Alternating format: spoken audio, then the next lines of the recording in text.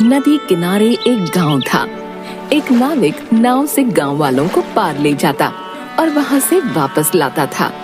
इसी नदी पर लकड़ियों की एक पगडंडी बनी हुई थी, पर वह इतनी संकरी और कमजोर थी कि पैर रखते ही हिलने लगती। इस पर संतुलन बनाए रखना बहुत कठिन था, इसलिए कोई भी व्यक्ति उस पगडंडी का इस्तेमाल नहीं करता था। गांव का सेठ और नौकर किसी काम से नाव में बैठकर नदी के इस पार गए। कुछ घंटों बाद गांव वापस जाने के लिए वे बिना पूछे नाव में बैठ गए। ए नाविक, जल्दी चल, देर हो रही है। अरे तुम्हें दिखाई नहीं देता? नदी में तूफान आया है, लहरें कितनी उफान मार रही हैं। ऐसे में नदी में जाना, मरना है क्या? तूफान कब रुकेगा? पता नहीं, 1 घंटा हो गया है। तो तुम गांव कैसे जाओगे? जब तूफान रुकेगा। अगर नहीं रुका तो नाव यहीं बांध कर कहीं सो जाऊंगा। उस पगडंडी का क्या हाल है? वो तो तूफान से भी ज्यादा खतरनाक है। अब क्या करें मालिक? क्या करें, चल पगडंडी पर। नाविक सब कुछ देखता है। कुछ कदमों की दूरी पर नदी को पार करने के लिए सेठ और नौकर पगडंडी के पास खड़े होकर। पहले तू चल। न मालिक, पहले आप चलो। मुझे तैरना नहीं आता, तो पहले तू ही चलेगा। मुझे भी तैरना नहीं आता। अबे चलता है कि नहीं, वरना तुझे आज ही निकाल दूंगा। ओम नमः शिवाय, ओम नमः शिवाय। बोलते हुए पगडंडी पर पैर रखता है। वह झट से साइड वाली रस्सी को पकड़कर पगडंडी के बीच में पैर रखकर संतुलन बनाता हुआ कदम आगे बढ़ाता है। सेठ जैसे ही पगडंडी पर चढ़ता है, वो झूले की तरह तेज हिलने लगी। दोनों घबरा जाते हैं। मालिक, बीच में जाओ, वरना दोनों गिर जाएंगे। सेठ किसी तरह पगडंडी के बीच में खड़ा होकर संतुलन बनाता है। दोनों धीरे धीरे एक एक कदम बढ़ाते हुए नदी के बीच में पहुंचे तो सामने गांव की ओर से एक मजदूर आता दिखाई दिया। उसने एक हाथ से सिर पर लकड़ियों का गट्ठर पकड़ा हुआ था और दूसरे हाथ से पगडंडी की रस्सी। हे भगवान, अब ये कौन आ रहा है? वैसे तो इस पर कोई नहीं आता, अब जाने ये कौन भला है। पगडंडी पर वे आमने सामने आ जाते हैं। हे भाई, थोड़ा साइड हटो, निकल जाने दो भैया। अरे इतनी मुश्किल से तो यहाँ तक आए हैं। ये पगडंडी इतनी सकरी है, जगह दिख रही है। सेठ जी, आप और ये थोड़ा टेढ़ा हो जाओ तो मैं निकल जाऊंगा। मुझे बाजार जाना है, देर हो रही है। नौकर थोड़ा टेढ़ा होने के लिए कदम उठाता है कि पगडंडी हिलने लगती है और सेठ अपना संतुलन खो देता है। वो नीचे बैठकर स्वयं को गिरने से बचाता है। ओ भाई, तुम हमें निकलने दो। मजदूर मुश्किल से दाईं ओर थोड़ा तिरछा खड़ा हो जाता है। तुम लोग निकल जाओ भैया। परंतु न नौकर न ही सेठ बाईं ओर संतुलन बना पाते हैं। तुम वापस जाओ, पहले हमें उस पार जाने दो, उसके बाद आना। भैया, मुझे मेरी ये लकड़ियाँ कैसे भी उस पार ले जानी है, वरना मेरी मजदूरी मारी जाएगी भैया। हाँ, नदी के तूफान और तुम्हारे चक्कर में पहले ही देर हो रही भैया। देखो, बहस मत करो। अरे मेरी भी तो मजबूरी है, तो जान जोखिम में डालकर यहाँ से जा रहा हूँ। मालिक, क्या करें? तुम लोग आगे नहीं चल पा रहे तो मेरे पीछे क्या आंखें लगी हैं जो मैं बोझ उठाकर वापस चला जाऊं? है अब हम ना आगे जा सकते हैं ना पीछे। सेठ समझ गया कि ये ऐसे नहीं जाएगा। अच्छा, ऐसा करो, तुम उल्टे कदम चलो। मैं नदी पार करके तुम्हें तुम्हारी मजदूरी जितने रुपए दे दूंगा। इससे न तुम्हें कोई हर्जा होगा और न हमें। लकड़हारे को बात जंच जाती है और वह एक एक करके कदम दर कदम पीछे चलता है। दूसरी ओर सेठ और नौकर आगे कदम बढ़ाते हुए नदी पार कर गांव की ओर आ जाते हैं। सेठ जी, रुपए दे दो। रुपए? कौन से रुपए?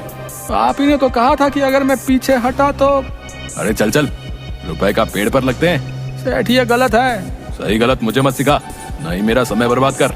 जाकर अपना काम कर। ठीक है, तो मैं पंचायत करूंगा। हाँ तो कर ले पंचायत, किसने रोका है देख लूंगा। कहकर सेठ और नौकर वहाँ से चले जाते हैं। रास्ते में नौकर सेठ से पंचायत के बारे में कहता है। मालिक, अगर इसने सच में पंचायत बुला ली तो? बुलाने दे, मैं सेठ हूँ, वो भी अमीर, कौन मेरे खिलाफ फैसला देगा? थोड़ी देर में सेठ और उसके नौकर को पंचायत से बुलावा आता है। पंचों के साथ गांव वाले भी थे। ये भी आ गया, लगता है नदी का तूफान थम गया।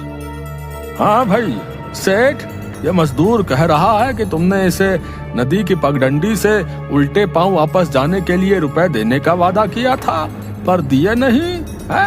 क्या ये बात सही है? नहीं, ये झूठ बोल रहा है। मैं भला ऐसा वादा क्यों करने लगा? तुम बोलो, सच क्या है? मैं क्या बोलूं, मुझे थोड़ा कम सुनाई देता है, तो मैंने किसी बात पर ध्यान नहीं दिया। सेठ झूठ बोल रहा है, ये अपनी बात से मुकर गया है। क्या तुम अपनी बात सच साबित कर सकते हो?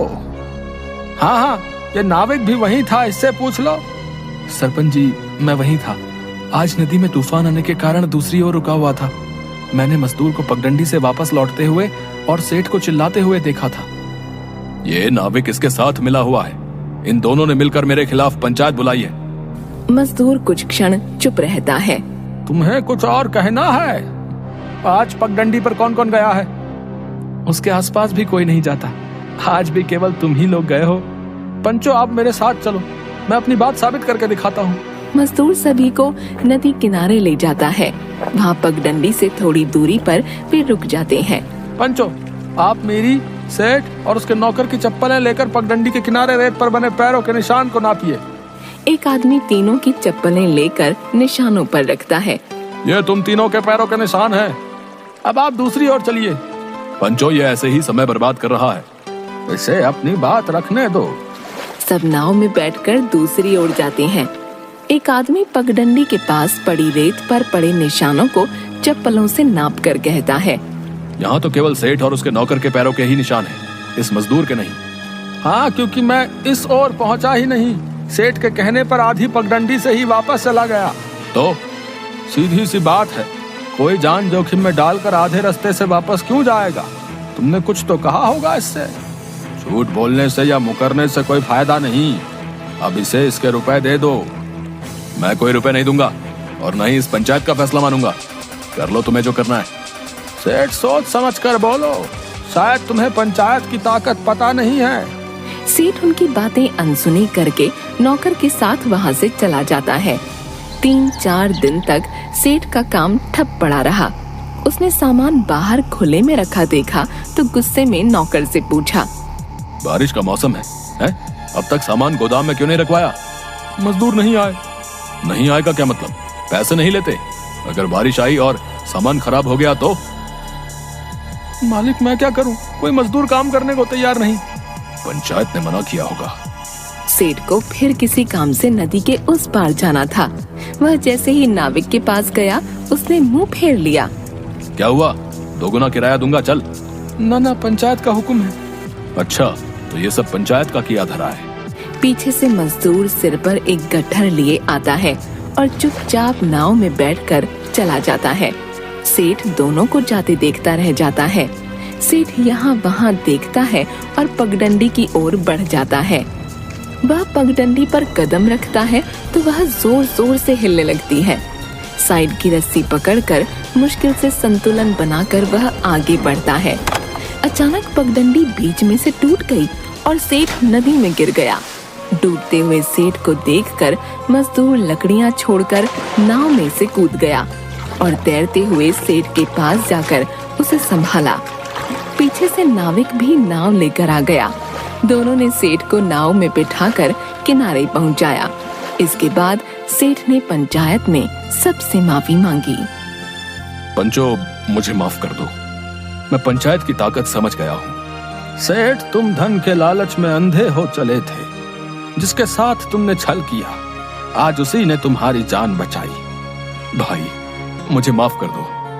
मुझे अपनी गलती